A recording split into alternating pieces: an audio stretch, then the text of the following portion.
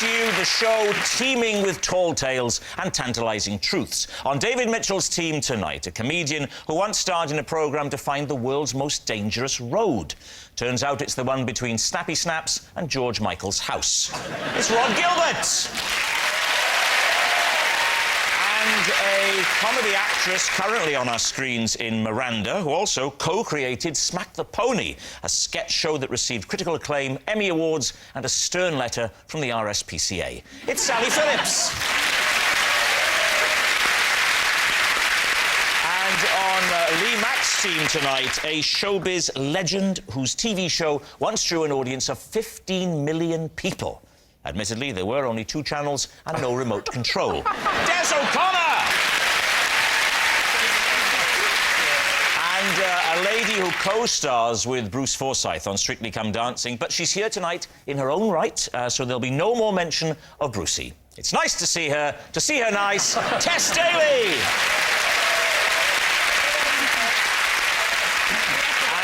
So to round 1, Home Truths, where our panellists each read out a statement from the card in front of them. To make things harder, they've never seen the card before, so they've no idea what they'll be faced with, and it's up to the opposing team to sort the fact from the fiction. Des, you're first up tonight. For 3 days running, I accidentally ate cat food for dinner. David's team. Right. So, how did this happen? It was an accident. Yes. But it happened for 3 days, so we're looking at 9 meals. Now, I didn't eat every meal, but I ate on one of the meals, one at lunchtime, one at snack, and one at dinner, but not necessarily in that order. And I'm assuming you thought the cat food was something else. Why would you assume that? Well, because otherwise, Des, it's not an accident. Was it wet or dry cat food? I'm not a cat, I don't know. No, but as a highly evolved mammal, you do know the difference between wet and dry.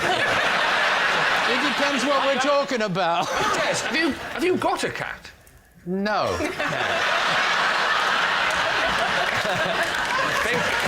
There's a chink in this, isn't it? There's a little chink in this. I would point out that this didn't happen at home, obviously. Oh, I see. Right. Where did it happen? Abroad. Oh. I was abroad in a foreign country. Which foreign country, Dave? Which foreign country? I didn't see their flag, but I was... How did you eventually find out that it was cat food? I'd rented a place. It was in Spain, right? Yeah. I'd rented a villa, and I had to go and do my own shopping. And I was walking around, and I saw these tins with a little fish on the side, and I thought, well, that'll do. I don't speak Spanish, not that well, anyway. And I brought it back, and I was opening it, and the lady who was doing the house went, no, meow, meow, meow, meow, meow. What did you think it was, Des? I thought it was a kind of fish. Like a tuna, perhaps? Yes. I'm surprised there wasn't a picture of a cat on... Why would there be a picture of cat? They always have a picture of a cat. You don't get a picture of a human on a pot noodle, do you? You always have a picture of a cat on cat food. Always. Even in Spain. Not always. Always. I can give you an example when there wasn't. What? Des, tell him again. Right, David, what are you going to say? What's your guess here? Is he telling the truth? Sammy? Well, I'm beginning to think it's true, I must say. I'm sorry, Des. I'm coming round to it. OK, so David... Yeah, I think it's true. So, Des, are you telling the truth or telling a lie? Well, they all think it's the truth, but it's the truth.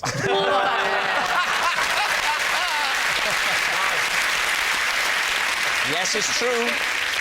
Des did accidentally eat cat food for dinner for 3 days running. It was his cleaner who first noticed something was wrong, namely that Des was licking himself clean in front of the fire and going to the toilet in a tray. Rod Gilbert, you're next. I cannot go on airport travelators. The one and only time I did, I got so freaked out by how superhumanly fast I was walking, I had to be taken to the sick bay to calm down. Lee, what do you think? Right, I mean, just how fast would you say you were going? Superhuman was the word I used. OK. How fast would you define superhuman? Because I've got my own definition. Have you? Well, what's yours? I asked you first. Let's just say it went very fast. I didn't like it. So you're saying that you were on it, you had to be escorted off, taken to the sick bay? I wasn't escorted off. I got off the end and then I sought assistance. You felt nauseous. Did you fall That's off? right, I felt nauseous. What's the difference between nauseous and nauseous? David, what's the difference between Excuse me, nauseous you and could have asked me. Excuse me. I'm a human being. I'm imagining you'll refer me to David. David, what's the difference between nausea... Is it simply I pronunciation? think it's simply pronunciation, Rob. Oh, yes. OK. Thank you, David. As you were. Shall I tell you another thing I don't like? It freaks me out when escalators don't work. You know, when you go up an escalator and you get up and you're exhausted and your legs are burning and you walk, they don't work, it's more tiring than the stairs, yet when you get to the top, you still fly off the end like that. That freaks me out. I don't like that feeling of lack of control. The escalator doesn't work, and yet you still fly off the top. Why is that? I don't think you do fly off the top. I think that's No, you just- do fly off the it's top, your Dave. brain telling you a No, lie. my brain doesn't tell me anything. Honestly, it does happen.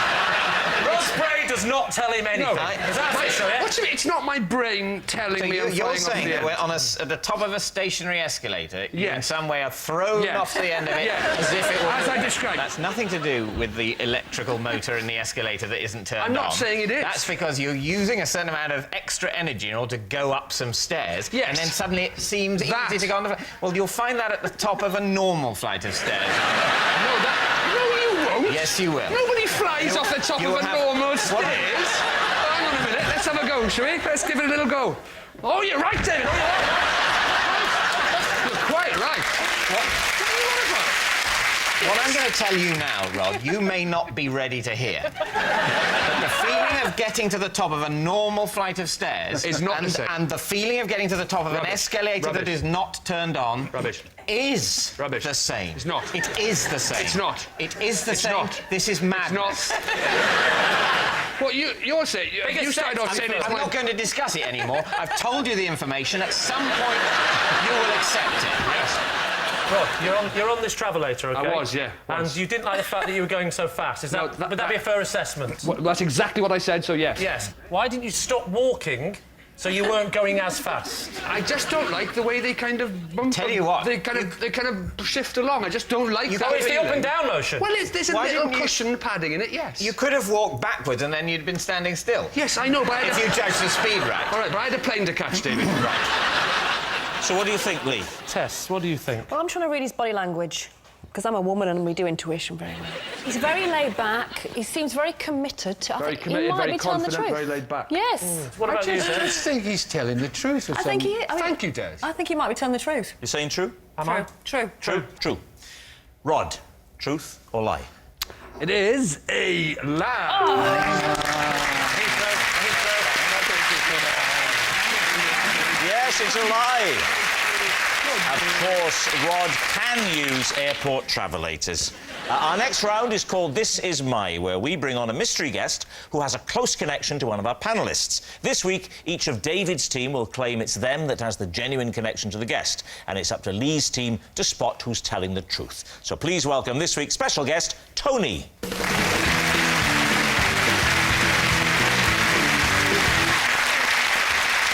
Welcome, Tony. Rod, what is Tony to you? This is Tony, and for 5 years he was my badminton doubles partner. Right. Sally, what is your relationship with Tony? This is my uncle Tony, and last year I asked to have a go on his mobility scooter, and I drove it into a pond and wrote it off. Right. Finally, David, how do you know Tony? This is Tony, and when I was little, he used to help me get to sleep by telling me bedtime stories about the war. Isn't that lovely? There we are. So, Rod's badminton buddy, Sally's scooterless uncle, or David's bedtime storyteller. Lee, before you start asking, I'm going to bring a chair on for you, and you can have a lovely sit down there. There we are. You relax there. Lee. Sally, does he use the mobility scooter a lot? Quite a lot. He's had 2 hip replacements. So he can get by without the fact that he walked on Yes. fine tonight. Yeah, is- sure. I don't think they're just for old people. You know, I've got a bath with a door. I think it's nice. That was more a DIY mishap, though, wasn't it? No, I think it's nice. Just open the door, step in, wait for 19 or 20 minutes while it slowly fills up in the freezing cold. I think it's lovely. Why did you take the mobility scooter in the first place? Because I was going to play a psychopath in a film, or a psychopath on a mobility scooter. And I said, can I have a go? Because I can't drive a car. Sally, how far did you drive before you went into the pond? What was the distance? I didn't know I had it in reverse. So you were very the close thing. to the pond. So I wasn't far from the pond, but it was facing that way. Right. And I took it out of park the wrong way and went backwards. And was into your the uncle pond. with you at the time? Yes. How much instruction did Tony give you before you got on the mobility scooter? Well, that he thought, as he said afterwards over tea, many, many times, that it was quite self-evident how one drove this thing. He said all it had was it's got a little, you know, gear tiller, and he thought that even a nincompoop. Backwards or forwards, that's about Did you it. say gear tiller? Yes, well. That's a nautical expression. But it did make you obviously felt, on some subconscious level, more comfortable at sea. Did you buy your Uncle Tony another mobility I did. scooter? How much was that mobility scooter? Yes, how much was that mobility scooter? It was £1,500. For a brand new mobility scooter? Brand new one? Yes, because it... Hang yes, on, is that right, Des?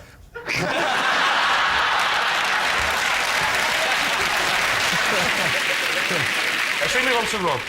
How long ago were they that you were playing badminton as doubles? That we were doubles partners. Yes. How many years 10, ago? 15 years. You were... and when did this end? When did this end? We had to stop because I was getting on a bit. And how did your partnership begin? Well, we played for the same club. What was the club called? It was in West London. West London, go on. Yeah, You can't remember the name of the club? It was called Old Actonians. Old Actonians Badminton Club. Well, yes.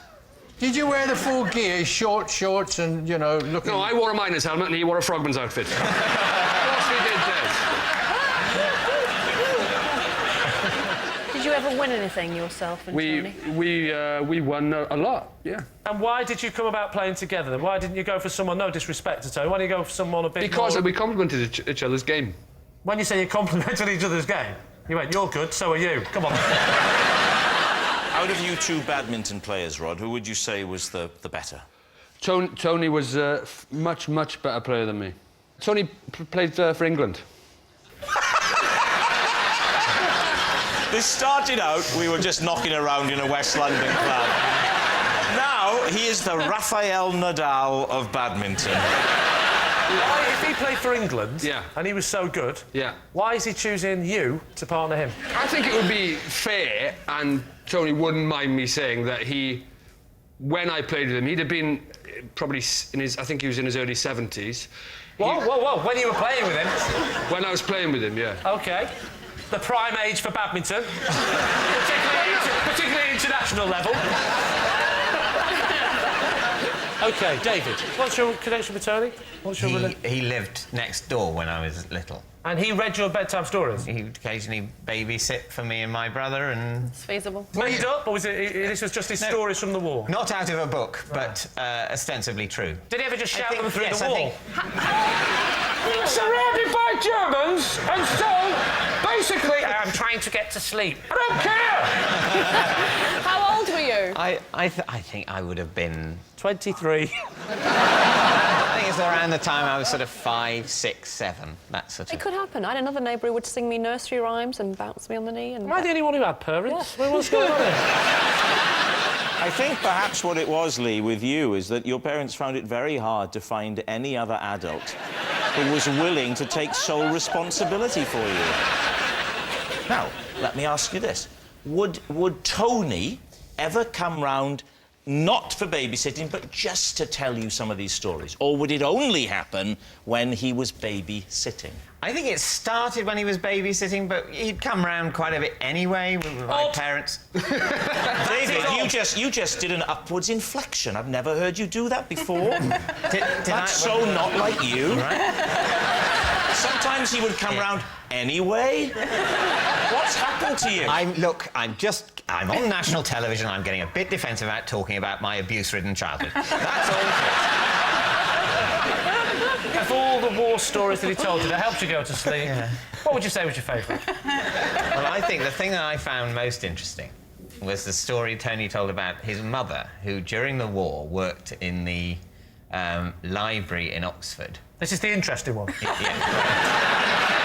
What she had to do was they had to compile and analyse and place photographs of the Japanese coastline. I'd say what, it's getting better, carry on. In preparation for an invasion of Japan. And you said, thank you, as a 5-year-old, that's very interesting. No, because by the end of the story, I was asleep. It's time for an answer, Lee. So, is Tony... I'm still trying to get the idea in my head of just passing David's door and hearing a man inside going. I mean, obviously, with the coastal line of Tokyo, it's very hard to determine whether we should have a land invasion or by... oh, you're asleep. Oh, OK. My job Nighty night. Sleep tight. Don't let the Japanese invade. I think Rod we can discount. There were too many flaws. I agree with you. I think it's one of the other two. And I got a horrible feeling that it's David in the middle there. I know which one David is. All right, what about the mobility scooter with Sally? Have you ever taken your driving test? No, I've never even taken it. Never learned to drive. You can't emphasise the word even if it's the same thing. Have you ever taken your driving test? I've not even taken it. So Lee's team, is Tony Rod's badminton buddy, Sally's scooterless uncle, or David's bedtime storyteller? What are you going to say? It's not Rod. It is. Tess, what are you going for? Sally. Sally. I think David. And in a weird way, I've now gone back to Rod. Thank you. You can see it in his little Welsh eyes. But you're wrong. In his little devious Welsh eyes. And trust me, if there's one thing I know about working on this show, it's a little devious Welsh eyes. Rod or Sally? Or Sally? It's Sally. Sally? Yeah, it's Sally. It's Sally. Sally, right. Tony, would you please reveal your true identity? I'm Tony, and Rod was my badminton partner for 5 years.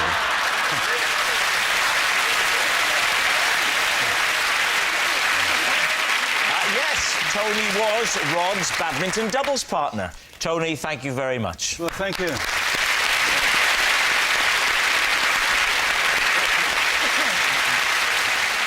Which brings us to our final round, Quickfire Lies, in which our panellists lie not only through their teeth, but also against the clock. And we start with... It's Lee. Oh. Possession.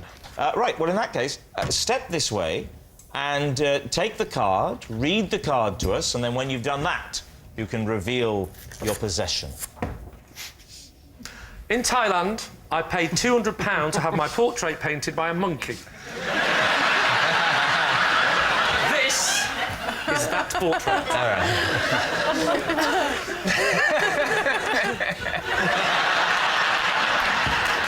Can I give you that? David, what do you think? There you go. Treasure it. What colour shirt were you wearing? You probably want to ask less what colour shirt I was wearing, what colours were available to the monkey at the time. You don't particularly remember it being green.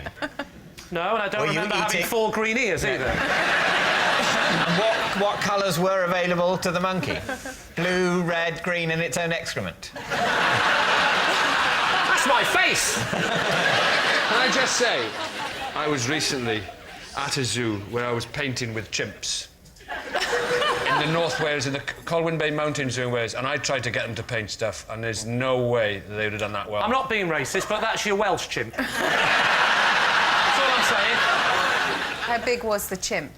Well, let me remember now. He was sort of like this.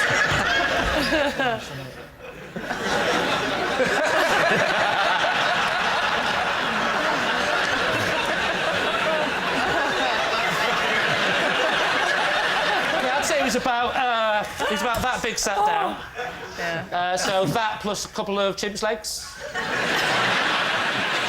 I honestly don't think that a monkey... There's a sort of mouth on that, and his eyes, there's two blue blobs of eyes. Monkeys can't do that. You think it's too good, is what you're saying? Yes. Yeah. I think the resemblance is too strong. You've even got your little squinty cockeyed eyes. Don't push your luck. Things I have to put up with on the show. You're wondering why it's like this, OK? No, it's him today. I'm not wondering why... It could have been better, but he was a surrealist. David, what are you going to say? Is this monkey story true? I think it's a lie. I think it's an absolutely pointless act to get a monkey to paint a picture of you, and I think Lee would also have thought that. I think Rod thinks it's a lie. We know that. Sally? Yeah. He looks like a hard man. Okay. We wouldn't be easily... So, David, you're Fooled saying by lie? it. I think we all think it's a lie, OK. yeah. Lee? I'm sorry, but it feels weird being up and not being able to press something. Do you mind? Not at all. It is, in fact, a lie.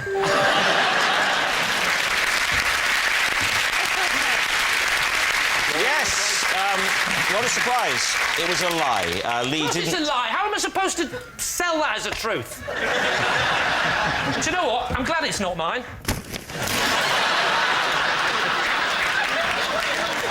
How am I supposed to have a chance? My 4-year-old son is watching. Thanks for doing it, and I'll fix it, and I'll bring it home.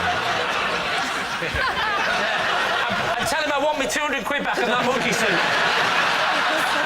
Yes, it was, of course, a lie. Lee didn't pay £200 to have his portrait painted by a monkey in Thailand. I mean, why would a dumb, hairy beast who spends all day throwing his feces at the wall and scratching his bottom want a portrait from a monkey? And next, it's Sally. Out loud, Sally.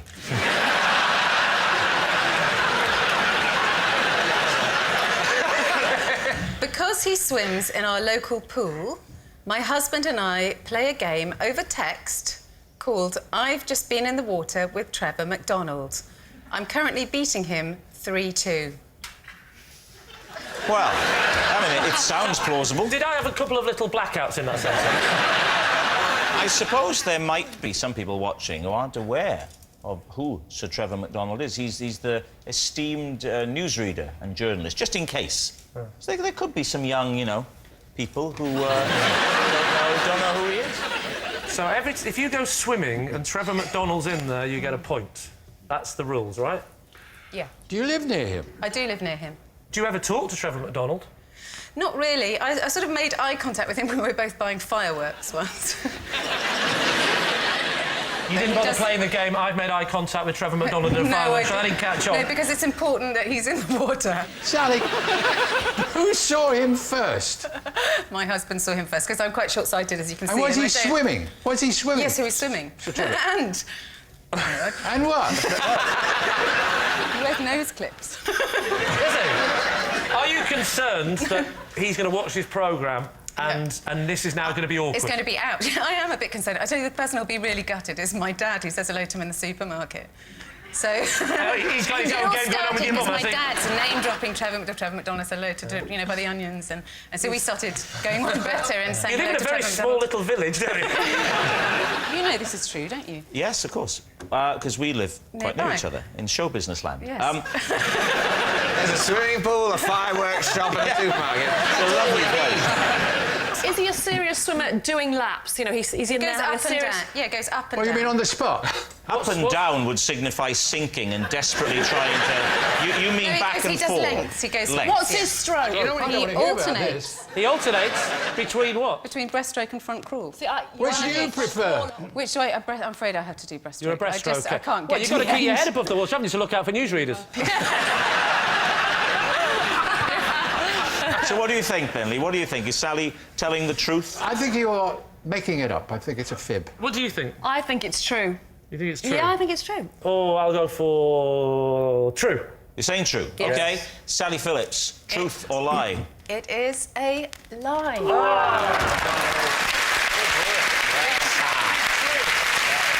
Yes, it's a lie.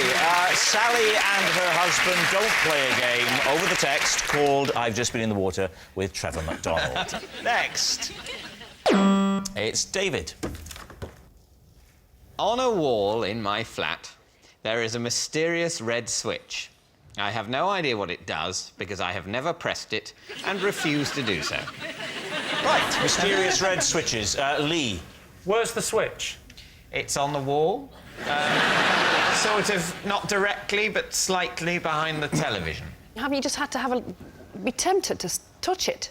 See what it does? It's not that distracting. It's, you know, it's bright red. I'd say it's about maybe 3/4 of an inch or an inch wide. It's like one of those cooker switches, doesn't it? It's a bit like that sort of switch. It's sort of cocked up in a sort of inviting way that you might want to give a tweak so it's in an upward position. You'd have to flick it down. Exactly. Oh, that's always more scary, isn't it? Yeah. Is your house... If it were down, I'd assume that whatever it does was happening. Right, and I'd be afraid to turn it off. That would be because awful. I might need it. You know, it might turn the oxygen off. You've never gone near it. You've never touched it. Gone near it. But you've never I've gone very near it. I don't live in a very large flat. I can't cordon off a whole area of the living room just because of the proximity of a mysterious switch. I need that space. How long have you been in your flat and ignored this switch? Well, I've moved into the flat about 11 years ago. That's a long time to ignore a switch. But sometimes I do other things. It's not just been solidly ignoring the switch 24 hours a day. How is your granddad's dialysis machine going at the moment? So, Lee, what are you going to say? This mysterious switch, is it true? I started believing it because I thought, yeah, you do have those switches in your house and you don't know what they're for. I've got them. But you'd have to flick the switch, wouldn't you? Oh, I'd have to flick the switch. I would be flicking that switch. You can't not fiddle, can you? It's there, you've got to play with it. Yes, well, you know... I remember seeing an episode of this show when David talked about his bedroom door, didn't have a door handle on it. He had to claw his door open every single time he opened his bedroom door. Yeah. So therefore, he's not going to bother about a switch. No, he lives in a slum, He's going to doesn't he? leave the... Yeah, basically, yes, he does. He lives in a slum. So I say it's true. If they paid proper repeat fees on Dave, it would be different.